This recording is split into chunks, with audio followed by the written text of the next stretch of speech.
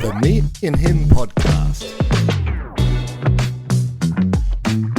So welcome back to the Me&Him podcast, candid conversations between me and my dad about manhood, fatherhood, and all manner of things, Dad. We've covered a lot of ground over the last 11 or so episodes, haven't we? Oh, we have indeed, son. But I feel like we're just kind of getting started, touched the surface, really.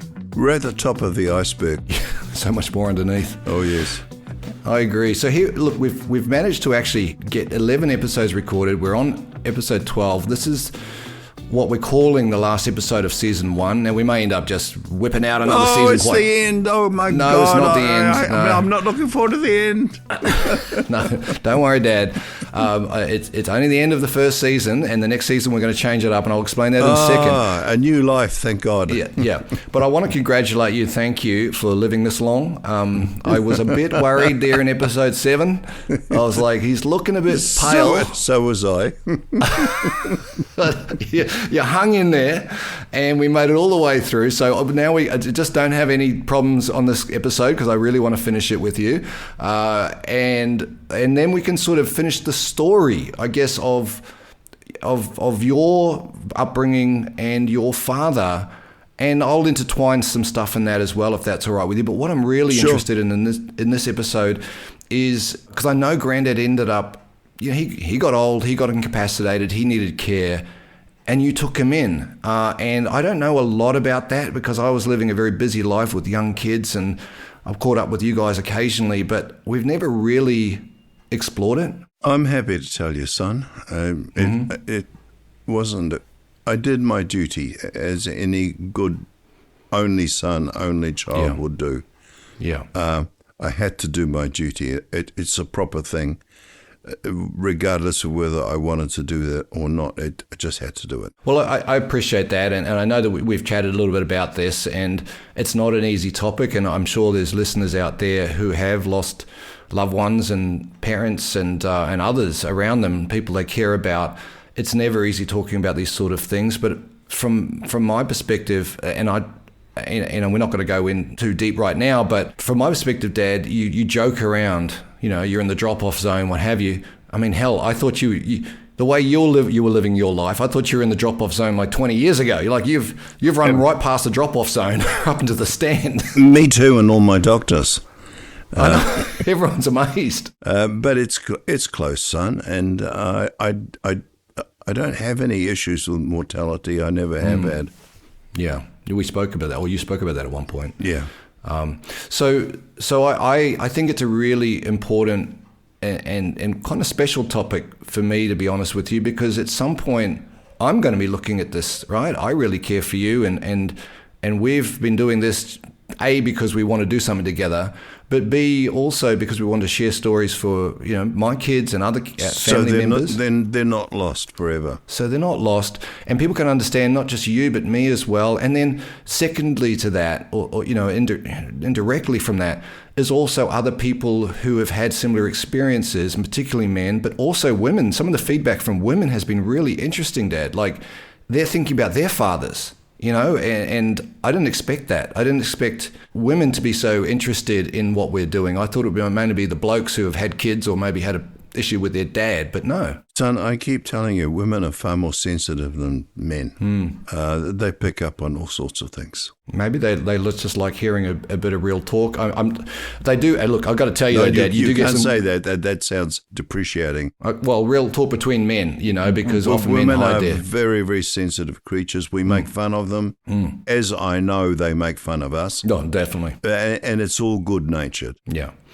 Yeah, well, I think where I was going with that is that we are having conversations that are important and meaningful, and we're doing it for ourselves and for others. And what a way to finish off this particular series than what a better way than to talk about some of the challenges that come when you do have to face, the end of the runway, and it's not just the person facing it who can see that, the end, 5, 10, 20, I don't know. I can't imagine what it'd be like to go, if something happened suddenly to me, I can't do much about it.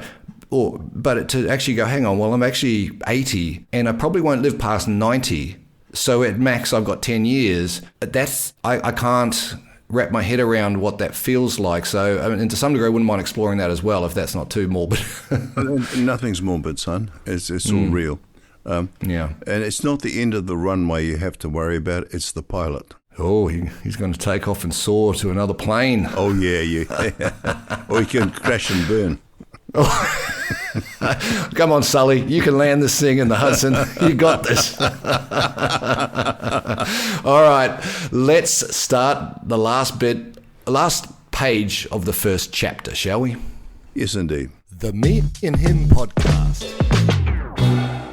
So, I don't know really how best to start this, to be honest, Dad. So I might throw it to you because you experienced stuff with your dad getting frail, getting ill, and passing that I really don't know much about. But I'd love to know more. Sure, son. The parameters are very important. I'm the only child, so there was no other. And I was brought up in a traditional sense where you look after your own. And I've now reached a really funny point where I'm the silverback, the oldest living human being in our family line on both sides. You do have long arms, so I wondered what you're doing. Thank you. Yeah. And the knuckles drag along the ground. Yeah. Thank you, son. I don't know about the back. I haven't ever had the pleasure of seeing your silverback. Oh, it used to be black hair, now it's silver. I sprayed it. Aggression 2000. Exactly. Oh my God, I didn't expect it to start that way. But I take your point that the eldest, the single, the only child, the eldest male member. I get it. It's a responsibility. When you describe it in words, it sounds like it's something important, or something that you should strive towards as an egotistical achievement. It's just something that happens, and one day you're looking at the sun and the flowers, and the next day you look in the mirror and you think, "Fuck, I'm it." Oh, right. It's kind of like that. Wow. So the sad thing about it is I've had to rearrange my behaviour and appear responsible to my grandchildren. Had to grow up at, 70 years old or something. Yeah, as opposed to growing out.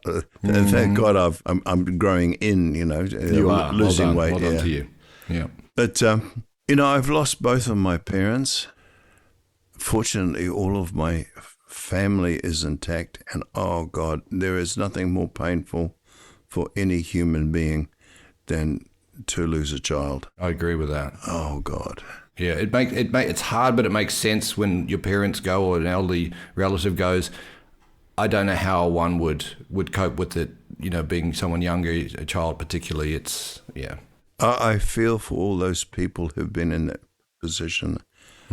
Of course, me acute pain. I don't think you could ever let that go. You just, there would be something that was with you forever. Anyway, my mum died earlier than my dad.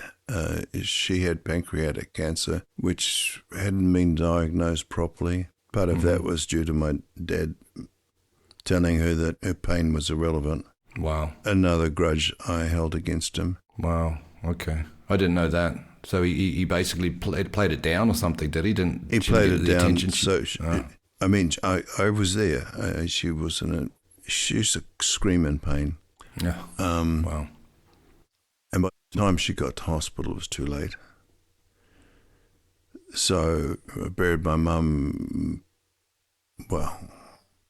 much earlier than should have been the case. So there was just the old man hanging out in the old home, doing his, this is my castle. And Joe and I, by that stage, had moved to Melbourne for economic reasons. Yeah. I used to ring him twice a week, as any dutiful son would. Did you notice how he changed? Like, obviously he was, even though he was a bit of a grumpy old Croat, and he obviously didn't treat Grandma well. No, he wasn't Croat, it was Dalmatian. Dalmatian, I get it, but in that general vicinity, I've been corrected. I stand corrected, Dalmatian. But you don't know what you got till it's gone, right? Like, did you notice? I mean, you're obviously on the phone, so it's hard to get the full impact. But did you see a marked change? Oh yes, of course he changed. I mean, Joe and I used to fly back. She got on well with both of my parents, very well actually. They loved her, and we flew back for Mum's funeral. We organised it. We did everything, as you do. Mm-hmm. I know I'm repeating myself, but this only child thing gives you a level of responsibility that you can't share with anyone else. You have to discharge yourself. I totally get it, Dad. I've got a WhatsApp group with my brother and sister, and not saying we need to talk about that right now with regards to you and Mum, but I think part of the impetus of us being able to communicate regularly and talk about trips we're taking or your birthday and all the rest of it has been to actually at some point be able to communicate amongst each other and distribute some of the responsibilities or whatever it comes up. So to not have that, I guess it's all on your shoulders. Well, you see, the important thing with regard to you three children is to share the love.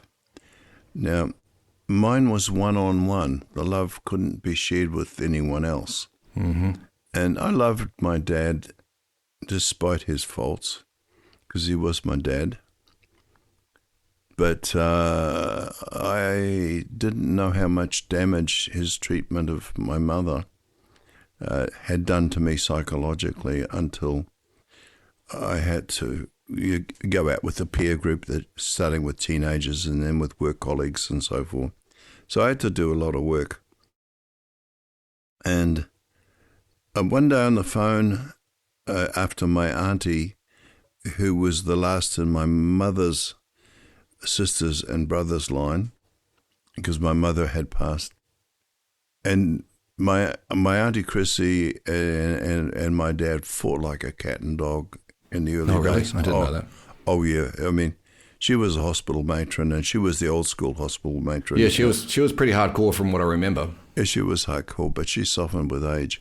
Mm. And she said to me one day when Joe and I would ring up to see how she was, she said, Matthew, which is my given name,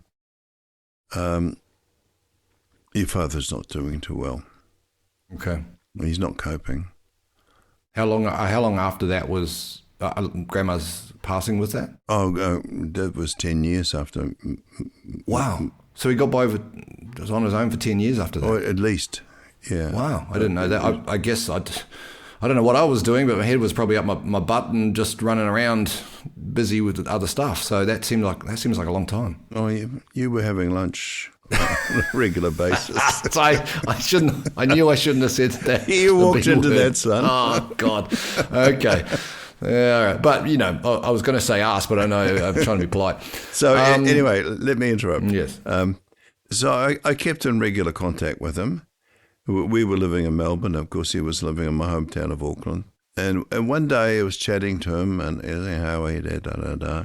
And I said, Dad, if we were living in Auckland, we'd have you living with us. Yep.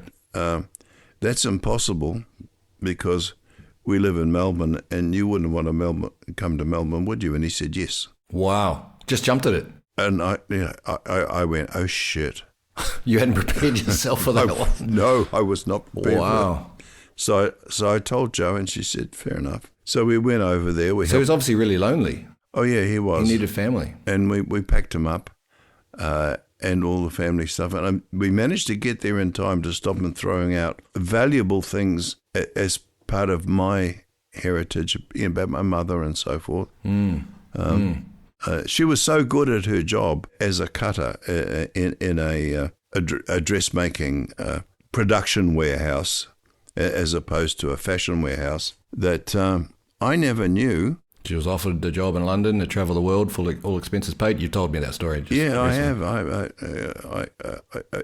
So was he actually disposing of the, like burning it, throwing it out? Oh, he was throwing everything out, and I arrived there in time to stop the last quarter of it going. I have no idea what the other 75% was. Yeah. And only son, only sibling, or only child, I should say. And I knew it despite how I felt about my father, it was my duty and it had to be done. And my partner was fully in agreement. And so we did What a it. godsend Joe was, hey? Like, what a woman, just fronting up and leading the charge and getting stuff done. And I got a lot of respect. Joe's like my surrogate auntie. You know, she's played such a significant role in my life. Huge amount of time for her, and she really helped you through that, didn't she? Like, well, I remember, and you will remember this, how so many times over the years I've said to the three of you, you know, Joe's family. And it got to the point where every time I said it, he said, "For Christ's sake, Dad, we know that. You don't have to keep repeating it." Well, you know, what's the root word of family, you know, familiar or whatever, it's familiar, right? So, you know, anyone who's familiar it's being connected in love. Yeah. That's a short version. So okay, talk me through this. So you went back, packed them up. Yeah. That would have been a nightmare, I imagine, like with all shifting and packing, especially with an old guy who's used to his castle and all that. It wasn't too bad because he knew, he wasn't stupid, that it was required. And I had connections in transport. I knew how the process went. Yes. I supervised the packing. As a matter of fact, I was really impressed how these guys packed the furniture. Mm-hmm. I did not. I mean, I moved thousands of tons in my business before I retired, and I did not expect them to be so... Even the way they wrapped the fridge, I was standing there watching them going, oh my God. There's actually an art to this. That is so professional. Yeah. Okay. And, so he came over to live with us, and at that stage, we were living in a two-bedroom flat in an area in Melbourne. And we gave him the master bedroom with the ensuite for obvious reasons, because he was an old person, and you know. And sorry, if you don't mind me asking, how old was he? You reckon at this time? 70s, mid-70s or something? Yeah, let's say 73. Okay, so relative to today's day and age, still quite young, really. Remember, my dad had contracted Parkinson's disease at age 63. Yes. Mm-hmm. Okay. So that had an impact on him as he grew older. And it was going stir crazy. But since he had the money from the sale of the house back home, and I was the only one to inherit it anyway, we started looking for homes with a granny flat. Got you. Mm-hmm. And there's quite a few of them. And despite the fractured relationship emotionally between me and my father, I found that every granny flat that I saw, even if it was a two-bedroom granny flat, I wouldn't put my father in. Right. I put dogs in. Okay. Not impressed. And then by complete coincidence, we found the house that I'm in at the moment. Which had been extended in the 70s. It was originally a two-bedroom, one lounge, one dining room, small kitchen, place, Californian bungalow. It's now 100 years old. And they'd done a beautiful job of extending it in the 70s because the Jewish couple who bought it, funnily enough, with the money from their dad, because the mother had passed away and there was only the dad, they extended it so that there was this separate apartment which was attached to the kitchen living area with its own lockable door, etc., for their father. So still in under the main roof, but separate enough that he has his own space, ensuite, bathroom, all that. Yeah, totally private. Bedroom, lounge, ensuite, bathroom, and then you could open the door, and you could move into the family kitchen area. Yeah, perfect. And we lived in the front of the house, and I'm a very good cook, and Joe's a good cook, and so forth. So it worked out really well. Now, how did he settle in? Like, was he Was he happy to be there? Was he a pain in the butt? Well, no. As a matter of fact, of course, we showed him the different alternatives before the money was spent to purchase the home, and the moment he walked through it, he said yes. Well, yeah. Well, he was always a smart guy, and he was good. Good with his money and decisive. I'd imagine. Like he seemed that way anyway. So it was good. It was good for the three of us. And funny enough, my partner Joe, who had Joe is short for Joanne, and my dad's name was Joe. The two Joes got on famously. Yeah. Oh, yeah. no, look, whatever she said, he would do. They both liked a glass or two of Deli Plonk. That usually helps lubricate the yes, situation. My house has always been full of lubricant, as you know. But social purposes only. She got on better with my dad than I did, even though it was my duty to look after him. Did she mediate that relationship to some degree? I mean, if she wasn't there, I imagine it would have been a different story. He looked forward to seeing her much more than me. But it's just a feminine energy too. But there were times when I sat down beside him. He had a chair in the lounge. We had the TV and Foxtel and everything for him. And I thought, well, this is the time. I really need closure with my dad. And I just want to gently talk about, the way our lives have unfolded. Yep. And like you and I are doing, about the impact upon one upon the other. Yes. And he just said no. Just shut it down. Wouldn't talk. And did you do that more than once? Did you try, a few times, or was it just that one time? Of course I did. Okay. So you just knew he was a brick wall. Well, it hurt me because here I was caring for my father, and here I was wanting to connect with him. Yeah, take your time, Dad. And he wouldn't allow it. Yeah. Yeah, that's tough. That's tough because you're being vulnerable. You think you've chosen a good opportunity. You think if now's the time, I can have that conversation. I'm sorry, Dad. I'm sorry that you weren't able to have that. Me too. Which is why what we're doing is very important to me. Yeah. I know, and I'm glad we're doing it.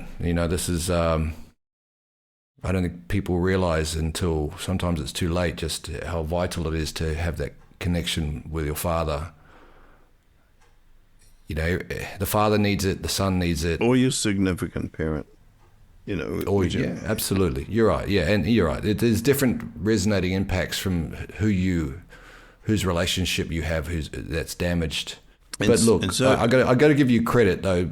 The fact that you brought him in, you tried, you cared for him, you did the right thing, Dad. You did the right thing. It was my duty to look after him. Yeah, well, you did your duty, and that's important. I know, but I missed out on the thing which I thought was going to be the bonus, and it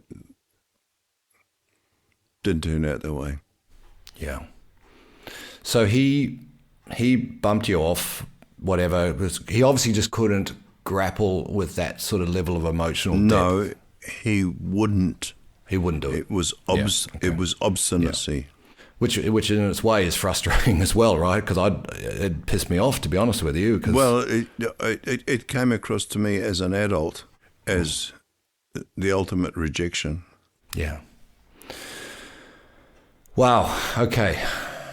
And just for anyone else who obviously it's hard, Dad, for you, and I appreciate you sharing this, but other people listening, they've gone through similar things too, and you're not alone. There's a lot of people who have struggled with this over the years, and there's different people you can speak to and help you can get, and speak to your GP if this is something that's affecting you right now. I'm really interested though in then where that progressed, because I'll tell you later, but yeah, okay. What I need to tell you right now, sure, is each of us feels our own pain more keenly than the pain of another.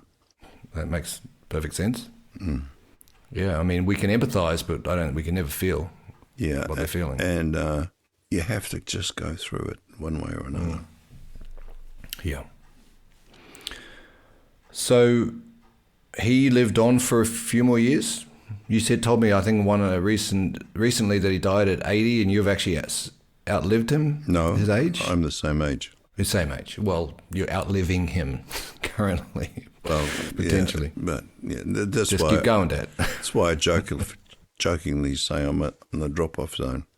So that you said he was maybe early 70s. He was there for a number of years. Yeah, but what happened, son? I spent my life running away from my dad because of what I'd seen and experienced. And I was doing my duty as any good son would. Mm-hmm. But I didn't know until it was brought to my attention by my partner that it had started to unravel all the good work I'd done on putting together the jigsaw puzzle of the fractured psychology. Wow. And it started to throw the jigsaw puzzle pieces in different directions. And it ultimately destroyed our relationship. And we had lived together for 13 years. Wow. And so that was another price I paid. Yeah. I know a little bit about that, and I don't want to press you much further because I know this is a really tough conversation, but I'd also know that we, all those sort of hurts and those deep emotional traumas, they are triggered very often by our parents, and especially having them in close proximity for extended periods of time when they're unwell and they're grumpy or they're on medication or what have you. It must just be almost impossible to combat. No, he was old and fragile, and Parkinson's had taken shape. It's a long, slow, degenerative disease, but it's not. In the end, it's not unlike motor neuron, where your bodily functions shut down. But I couldn't handle the rejection from my father. And so I didn't know I was unraveling in front of my partner. Wow. Yeah. So, that's maybe that's a subject we can pick up separately in another episode if you're comfortable. But in terms of what I guess I would like to lead to, and again, could tell me if that's too much, we've already gone quite deep here. In terms of when he does get sick and finally gets to that point, and you lose, he passes on. Oh, that's another conversation. I was talking about how a beautiful relationship was fractured beyond repair. Yeah. Yes, I can address all that. It's not a problem. Well, I guess we're going to revisit a lot of this stuff in forthcoming episodes. In terms of that seminal relationship with one's father, and we're going to bring in some guests, and we're going to have deeper conversations, and even people that are sort of specialists in different areas, and maybe some of our own family as well, because I think it's important to get a bit of a well-rounded, different opinions on all of this. Don't forget about the singers and the dancers. We need a full production. Oh, the go-go dancers? Yeah. They're already booked. Kylie has said that she'll come. It's coming. Yay. But just to cap this off, like we've been talking for a while here. Usually we kind of flip it around a bit and we change sections, but I just thought this justified a deeper conversation. And I know it's hard, and we've talked about it a little bit, but we're doing it now with a view to broadcasting it, which is a different thing. I know you're open to that, so we'd already chatted about that. How was it for you when you actually lost him? Because there was such a lead up to it, and all. It was a great relief. Wow. I didn't necessarily expect you to say that. It's the truth, son. Relief in what way? Like just you didn't have to worry about him anymore, or? He had many strengths. I'm not going to knock him, but The day I found out he was dead was one of the most releasing days of my life. Wow. Oh, my God. And how it happened, I will tell you in another time and space. But Okay. because it involves hospital bureaucracy and all sorts of deceits which should not happen in the modern world. Okay. And again, there's going to be a lot of people who can probably relate to that too, who've been through similar sort of experiences. Oh, So yes, the institutions are there to help us, and largely they do, yeah. but they fuck up, and when they do fuck up, they do it big time. Wow. So he... Sorry about my language, but... No, that's fine. No, that's a podcast there. We're good. I'll just tick the explicit button when I broadcast it. That's fine. No. But we're telling the truth, so let the truth... This is real. Yeah. And just to finish this piece off, finish this conversation, the fact that he didn't want to have that conversation with you, were you able to have it in your own mind with him and, get some sort of forgiveness for him? Or were you able to reconcile all of that stuff, put the jigsaw back together? No, that was not possible. However, when they showed me where he was lying after he died, and this was a part of the hospital, I went there and I had a conversation with him, and I kissed him on the forehead. I've many dead bodies in my life. And I said, look, all the best, Dad.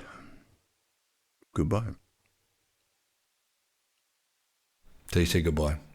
Was it closure? No. No. Closure only happens in the living world. Yeah. I'm sorry to hear that. Go back to Mike and the Mechanics, you'll find out. I'll see if I can go with a little sample of that to whack in here and not get through the copyright. But look, wow, that was big conversation, Dad. Thank you for sharing. And I know we haven't finished it, by the way. I know we haven't finished it, but I think that's maybe enough of the, just enough of the story for this episode, for this segment. Yeah, I know how much that meant to you, and I've been determined my whole life not to find myself in that situation. I think you have too, and that's why we're doing this. I love what we're doing, son. It's real and it's incredibly important to me. Yeah. All right. Well, let's take a breath, and we'll come back to wrap this up in just a moment. Great. I can have another glass of wine. The Me&Him podcast. Yeah, there's one more thing I'd like to share with you, son. Some people may not be comfortable with this, but we're talking about the reality of my life. My mother had said to me when she was dying, she said, whatever you do, don't lay that old bastard on top of me for the rest of eternity. Oh, my God. No, she did. No way. That's a classic thing for a person to say. Oh, my God. And she died, and, of course, we had a funeral. And Did you have one of those double grave things or double-deckers? Or? Yes, but okay. I'll fill you in as we go. Right, sure.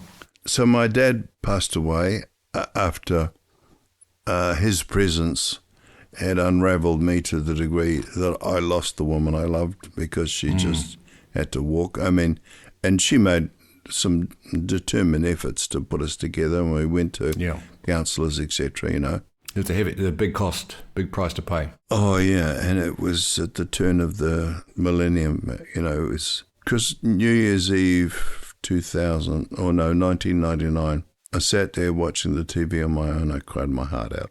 And anyway, short story, he was in hospital with a broken hip, and I got this weird call from a nurse saying, oh, Mr. Jelicich, we'd like to see you. It was Friday, and I was absolutely flat out. And I asked all the questions, how's my dad? And they all got deflected. And I couldn't get an answer. And I rang Jo, and she said, Matt, I think your father's passed away. And I said, I couldn't be that lucky. And I did. And she said, look, I'm coming with you. We're going to the hospital. So we got to the hospital, and big circular reception centre with wards running off it, like spokes on a wheel. Mm-hmm. And the ward that my dad was in had the doors closed. And so I went up to reception and said, look, it's Mr. Jelicich. I want to see my dad. Why is the door closed? Oh, Mr. Jelicich, please take a seat. The registrar wants to talk to you. Okay. No, the registrar. Right. Okay. The guy who runs the hospital. Okay. That's not good.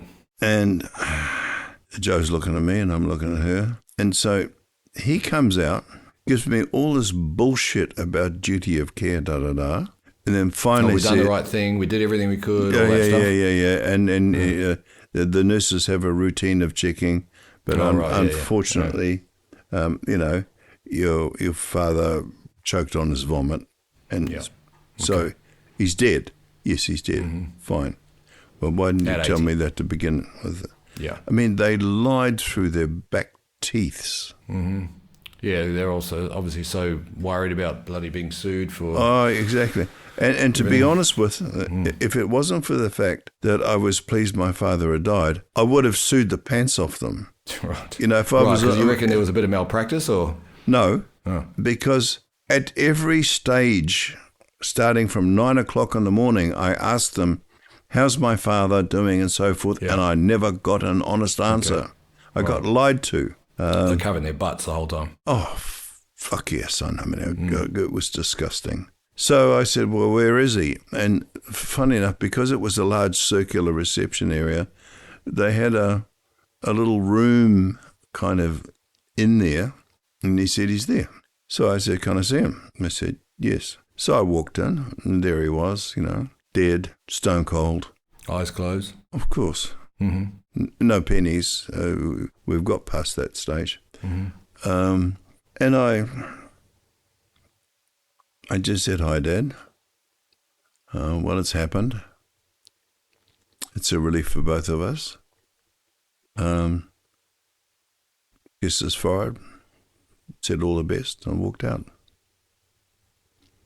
Now, prior to all this, he had wanted to, his wish was, he wanted to be kept on ice or whatever and taken back to New Zealand and buried in top of Grandma. Yeah, which is what she didn't want. She didn't want. I still can't believe she said that. Good on her. Good on the old duck. But when he found out in those days it was $4,000, he said, no way. He said, cremate me. Oh, really? Okay. Yeah, so we took him down to Springvale Crematorium. White Lady Funerals, here's an ad. Mm-hmm. Lovely people that did a fantastic job. Seen their ads, yep. No, sorry, here's a compliment. No, I know, but they do some decent promotion. Yeah, they're out there. And so we were picked up in a limousine, and naturally being us, we had a bottle of champagne, which we were enjoying. Well, in his honour, of course. Yeah, and we were travelling behind the hearse, and Joe said to me, I understand how you feel, Matt, but I want to be upstairs. And I said, I want to be downstairs. I want to see it. I want to see the cremation. I need closure. What's the difference between upstairs and downstairs, sorry? Oh, upstairs is where they have the funeral process, ceremony. Yeah. Downstairs is where they do the job. They've got the kiln, whatever. No, kilns. They radiate out the circle. There's probably about 20 of them. Wow. And are you allowed to go down there? Is that? I asked permission, and they said yes. Yeah. It's not common. Okay. But yes, of course, we'll arrange that. And then I said to Joe, "Oh shit, I'm sorry." The hearse is, and she said, "Well, I'm here now." So it's amazing. It's a series of circles, and there are these bulletproof glass viewing areas. And they're bulletproof because some people get so emotional they throw themselves against the glass. Wow. Okay. Yeah, and it's like mini theatres, and you can actually see your own coffin going into the cremation chamber, and the attendant who was with us, dressed in a suit, and he was a lovely, lovely man. But do you remember Quasimodo, the Hunchback of Notre Dame? Yeah. He looked like him, but he was a really nice guy. And there was just the two of us, and we saw the coffin go in, and it seemed pretty boring. And so we talked to him about, how everything goes down and so forth. And he liked us so much because we were interested in his job. Wow. Well, there's nothing else to talk about. Let you at the back. And I said, look, can I see him burn? Wow. And he said, it's an unusual request, but since you're not hysterical, you're normal. Mm-hmm. Yeah. And, you're not going to follow him into the kiln. And Joe said, not for me. So right. I went round the back, and there was an attendant, and very professional. You've got to admire the way they do it. I mean, when they're not burning bodies, they should take school children through this. It's so educational. Maybe aspiring entrepreneurs to see how efficiency works. And there was a guy, and there's a little circle of flame-proof glass that you can look through. And I didn't realize at 2,500 degrees Celsius how long it takes a coffin to burn. I mean, this was 20 minutes after it had gone in. And I know this sounds macabre, and I don't say it to offend anyone. It's my bloody truth. You got to live with it. I wanted to see his body burn, but I did get to see his coffin burning, and I thought, well, fair enough. It's definitely gone. I hadn't studied it. So, and then Joe and I went back to a lovely French restaurant with a vintage bottle of Montrachet? No, it's Dom Perignon. Okay. And it was a very snobby restaurant. When I said, can I bring a bottle away? No, monsieur. No. We haven't one. How about Dom Perignon 1983? Ah, monsieur, yes. Yeah, great taste. That's probably a $400 corkage charge. That's how I got my closure with my dad. Wow. I would have so much liked it to have been the way I tried when we were sitting together. Yeah.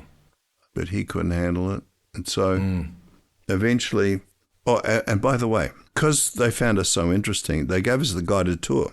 And we got to the room where they grind the rest of the bones up and so forth. Oh, God. Yeah. Okay. No, I mean, and this is me and Joe. It's all a process. It's happening every day. I get it. Joe didn't want to be there, and she's a very bright woman, and she's going, holy smoke, Matt, this is really interesting. So we didn't see his bones being ground up, and eventually inviting Auntie Chrissy, we went to Mangere Cemetery in New Zealand with his ashes, and we planted them in the top corner of my mother's grave. Okay, so he didn't get buried on top of her, but he's near her in a different form. Okay, well, so they both can be visited together. Correct. Yeah, I have seen Grandma's grave, but I don't think I've been back since Grandad was there as well. But that's something I need to do. Well, thank you for the build on to that story. That's kind of macabre, but also interesting. And no, it's not macabre. It's life. That's life. What I chose to do is unexpected and unusual. But you've heard from the story of my lifestyle. Yeah. I had these things inside me that needed to be released. The Me&Him podcast. What a way to finish, Dad. Well, it is a completion, isn't it? It is an absolute closure. And it's kind of fitting in a way, to be honest, because we're going to move on to another season and we're going to change it up a little bit. So rather than talking about the story of us, which maybe the listeners, it's nice to get to know us, but it might be a bit of overkill if we keep going. So we're going to change it up. What are you thinking? What do you want to do as we move forward? Well, there are some serious topics that impact on all of us, males and females. And I'd like to discuss them with you, or I'd like you to discuss them with me, same thing, so that we can work out where we see it going, and we can create a conversational forum for other people to contribute. Love it, love it. So what sort of things, if we were to just suggest a couple of topics, and obviously we're going to be speaking a bit more about locking these in, what sort of things do you think would be good to delve into? Well, this is something I've already mentioned in our first series, is domestic violence. Is something Yes. I'm pretty hot about. We've only really lightly touched on it. There's so much to talk about, isn't there? Yeah. I would also like to talk about the subject of porn addiction. Not so much, it's not so much biographical, by the way. Are you deliberately criticising me here?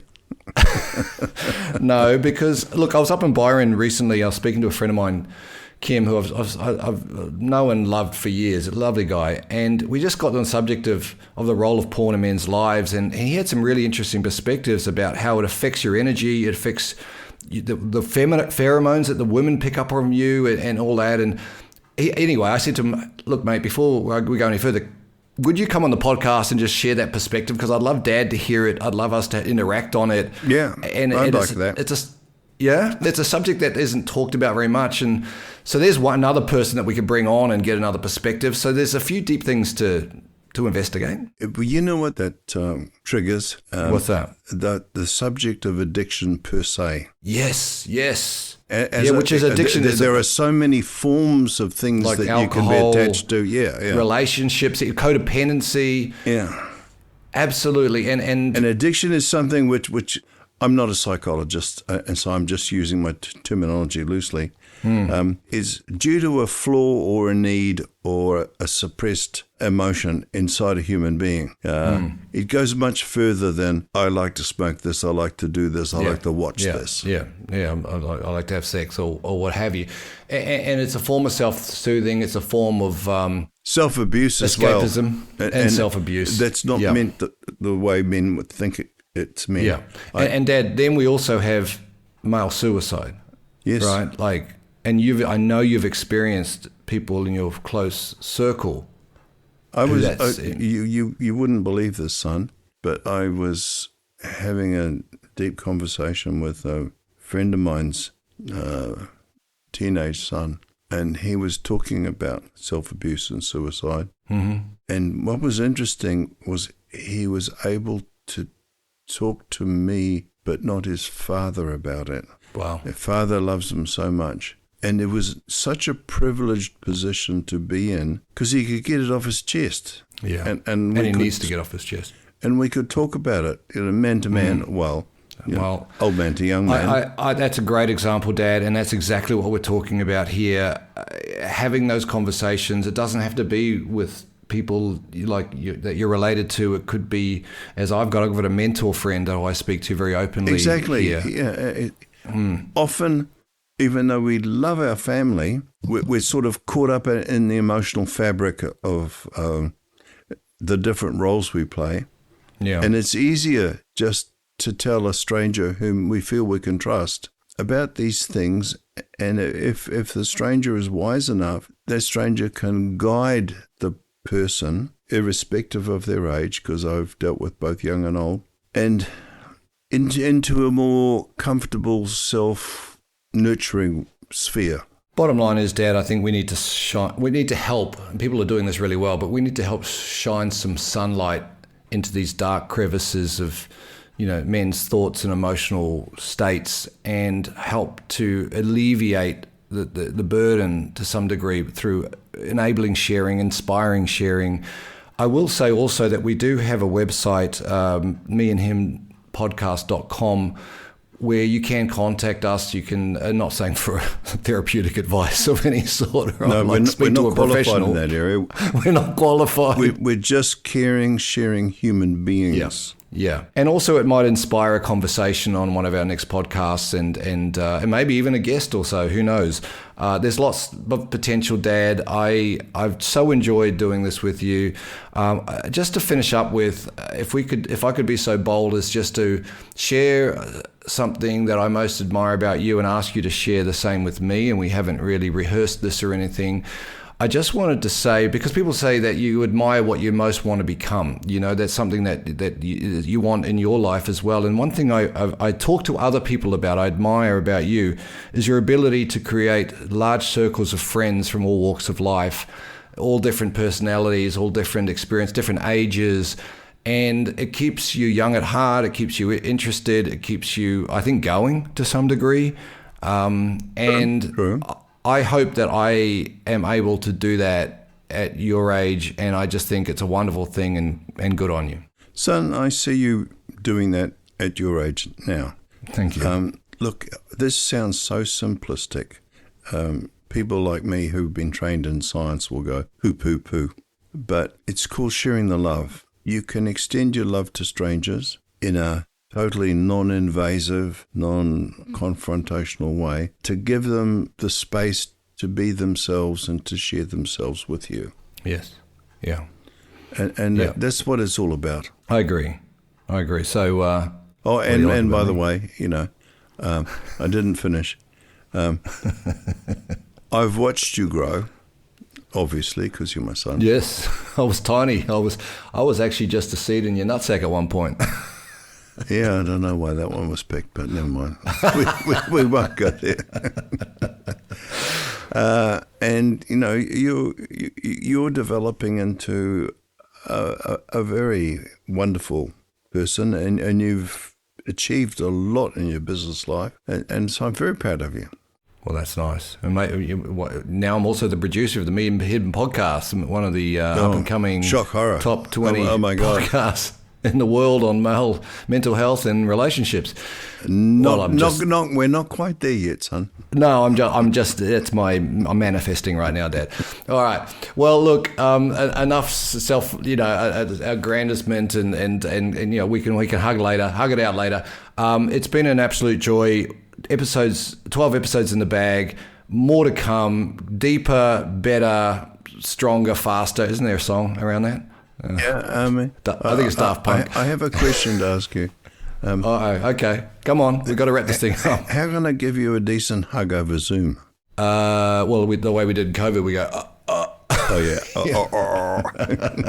All right. Just consider it done. Yeah. No worries, Dan. All right. Well, look, we'll sign off there. Let's pick it up in a week or so. Talk about next season coming. I'm looking forward to rolling this out across the nation, across the world, and inspiring conversations. Until then, take care. Stay with us. Stay with me. We've got another season coming, Dad. Give you a reason to live. He's not even going to respond to that one. I did. I lifted my eyebrows. Yeah, well, you can't see that on the podcast, can you? All right. Bye for now. Bye. The Me&Him podcast.